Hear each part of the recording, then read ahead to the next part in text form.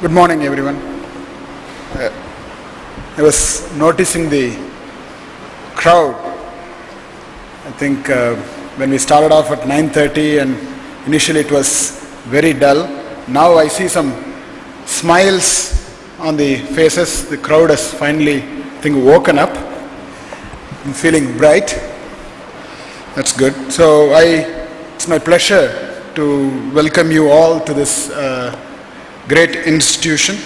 I congratulate all of you, both the students and the parents, for getting admission into this great institution. It's no easy task.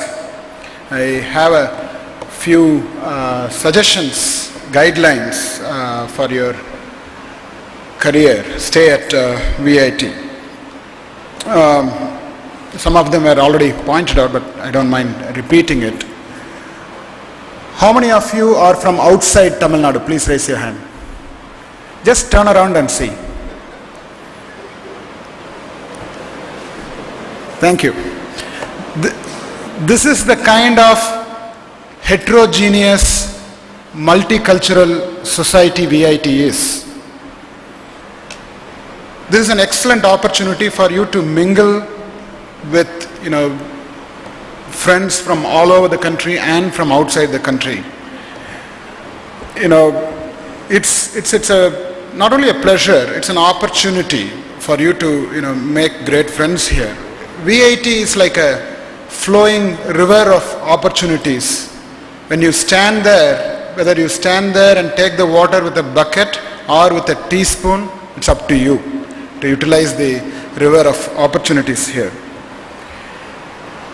For the master's degree students, the MTech and MCA, I would suggest you to take up very good projects as opportunities to solve day-to-day problems.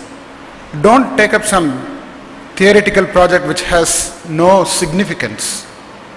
Take up some projects which will result in solutions which will be useful. Especially take up projects which are socially relevant. Now, when I visit many of the American universities, especially I went to WPI, Worcester Polytechnic Institute. Even though it's called a polytechnic, it's one of the most reputed universities in US. It's a very old institution. There, the students are sent abroad to solve social problems of developing nations. They go to Africa, they go to Asia, many of the countries in Asia or South America, go to the weaker sections of the society there, and they are all engineers, they are all professionals who go there and take up a problem locally in Africa or poor Asian countries and solve their problems, whether it's a drainage problem or whether it's lack of water problem. There are many problems which they travel for thousands of miles and then go and solve a problem.